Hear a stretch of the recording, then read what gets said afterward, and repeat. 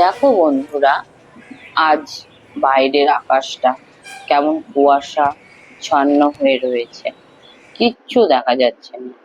তখন ঘড়িতে 6:30 বাজছিল। তাও মনে হচ্ছিল যে ডিসেম্বর মাস চলে এসছে। আমি দেখি তোমরা আমার ব্লগটা দেখতে থাকো। সকালবেলায় জল ভরতে দিয়েছি বালতিতে, সেখানে জল পড়ছিল, কেননা গাছে জল দেবো। তোমরা তো জানো সকালে আমি গাছে জল দিই। তো ঘুম থেকে উঠেছি, উঠে চোখ মুখটা একটু ধুয়ে যে জামাটা পরেছিলাম সেটা চেঞ্জ করে আমি গাছে জল দিচ্ছিলাম। শুভ সকাল বন্ধুরা। আমার ব্লগটা যদি ভালো লেগে থাকে অবশ্যই তোমরা একটা কমেন্ট, শেয়ার এবং সাবস্ক্রাইব করে দিও। দেখো গাছে জল দিচ্ছিলাম, মানে আমার নিত্যদিনের কাজ বলতে পারো এগুলো। যে আমার বাচ্চাটাকে যেমন আমি মানুষ করি, আমার গাছগুলোকেও আমি সেইভাবেই মানুষ করি। কারণ ওরাও যেমন আমাকে ফুল দেয়, ফল দেয়, তাদের দায়িত্ব, তাদের ভালো রাখার দায়িত্বও তো আমার, তাই নয় কি? তারপর আমি ঘর ঝাড় দিচ্ছিলাম। ঘর মোছা, ঝাড় দেওয়া এগুলো তো মেয়েদের কাজের মধ্যেই পড়ে, তাই না?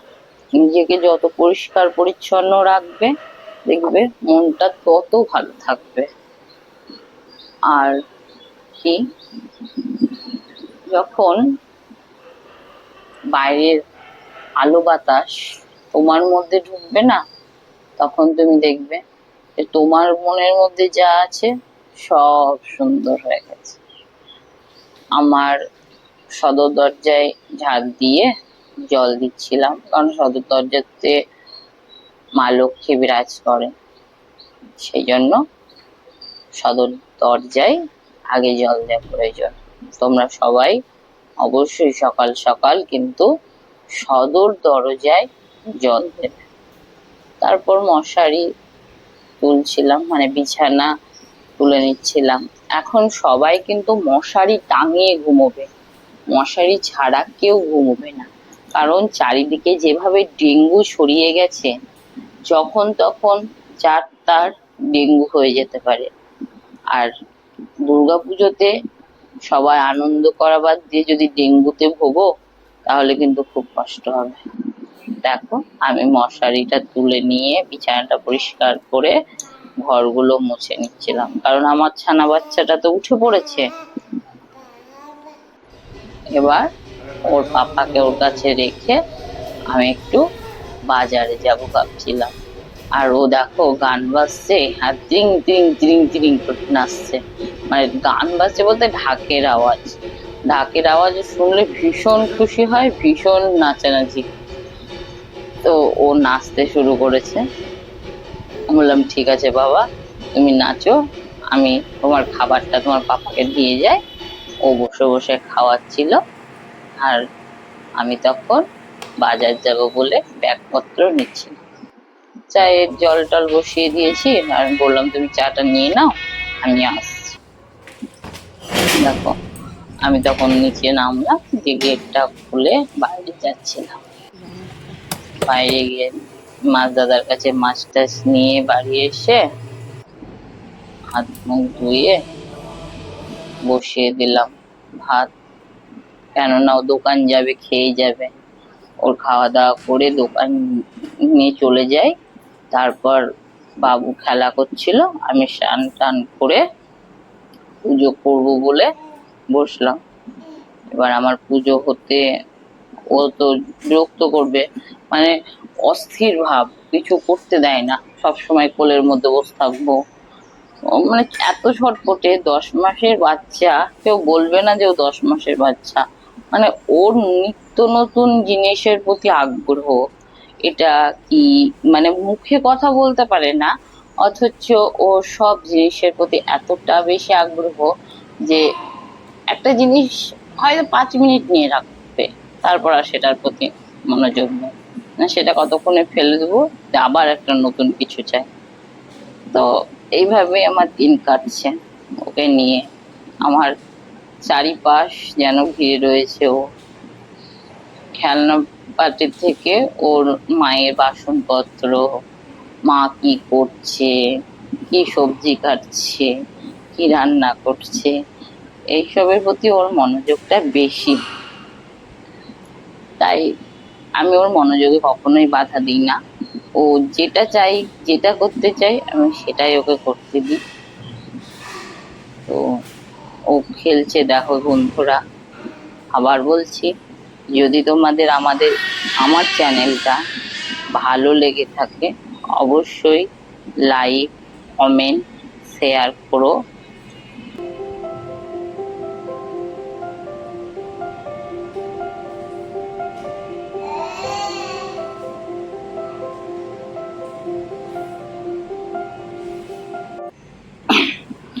চলো বন্ধুরা, আমি যে কাপড়গুলো কেচেছিলাম সেই কাপড়গুলো এবার মেলে দিই, কারণ শরতের মেঘ কখনো ভরসা নয়।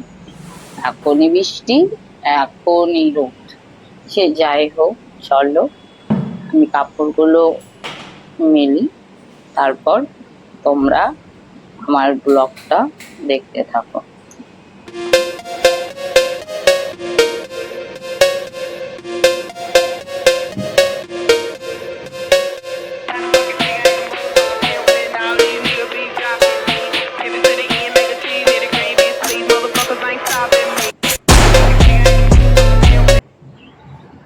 দেখো বন্ধুরা, আমি চলে এসেছি জামা কাপড়গুলো মেলে দেওয়ার জন্য।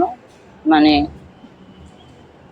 প্রত্যেকটা দিন আমার ছেলের জন্য আমাকে 10 থেকে 12টা জামা কাপড় কাচতে হয়।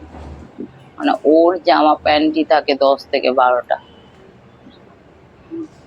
সেগুলো পরিষ্কার করে নি।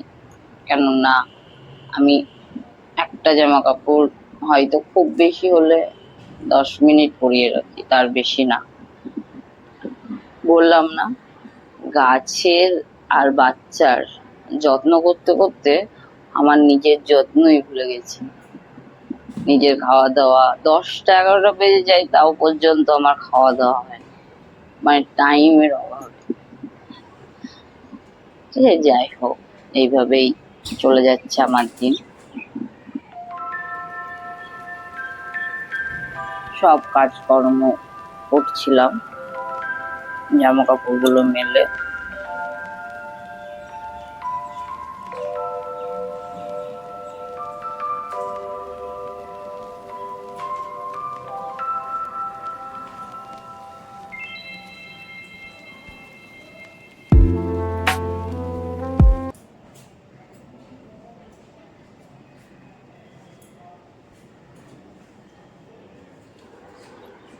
একটার পর একটা জামা প্যান্ট, আমার জামা সব মেলে দিলাম।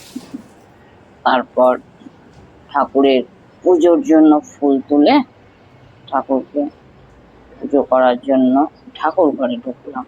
কেন, পুজোটা হচ্ছে জীবনের সব থেকে বড়। আর বাজারে গেছিলাম বললাম না, যে সবজি মাছ এগুলো নিয়ে এসেছিলাম, সেগুলো তোমাদেরকে শুধু দেখালাম। পুজোর কাজকর্ম সেরে আমি সবজি নিয়ে বসলাম, কারণ তখন বাচ্চাটাকে সবে মাত্র ঘুম পাড়িয়েছি। ও উঠে গেলে আর বললাম না, কোনো কাজ আমার করা হয় না। মানে বিশেষ করে সবজি কাটা, তারপর জামা কাপড় কাচা, স্নান করা, এগুলো তো একদমই হয় না। বাকি অন্যান্য কাজগুলো কোলে নিয়ে পাশে বসিয়ে তাও করা যায়। সবজি কাটতে গেলে কি হয়, মানে আমি সবজি কাটতে আসবো আর ও দেখবে যে কি করছি আমি, আর বারবার ওই বটি হেসোর সামনে হাতটা নিয়ে চলে আসবে আমার। তারপর মাছগুলো দেখিয়ে আমি রান্নাঘরে বাচ্চার জন্য খাবার বসিয়ে দিই।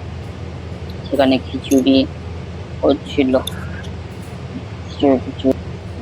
খিচুড়ি বানাচ্ছিলাম। তো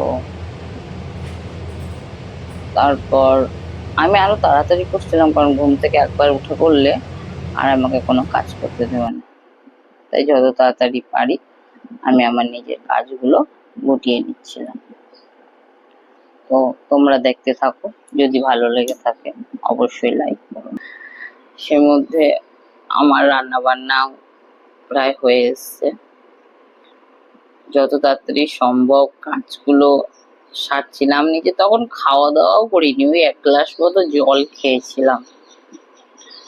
কেননা কি, আমার বাচ্চারা যদি একবার উঠে পড়ে আমার আর কিচ্ছু করতে দেবে না। চটপট করে বাটনা বাটা, কুটনো কটা কেটে আমি যেই নিজের খাওয়ার জন্য প্রস্তুতি নিচ্ছিলাম, অমনি দেখো উঠে পড়েছে। মানে ও মায়ের কোলে ঘুমোবে, মায়ের কোলে ঘুমোতে খুবই ভালোবাসে।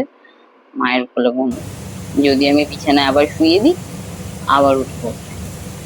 মানে মায়ের কোলটা ওর বেশি পছন্দ। আমার ঘুমাচ্ছে। যাই হোক, এখানেই ব্লগটা শেষ করলাম।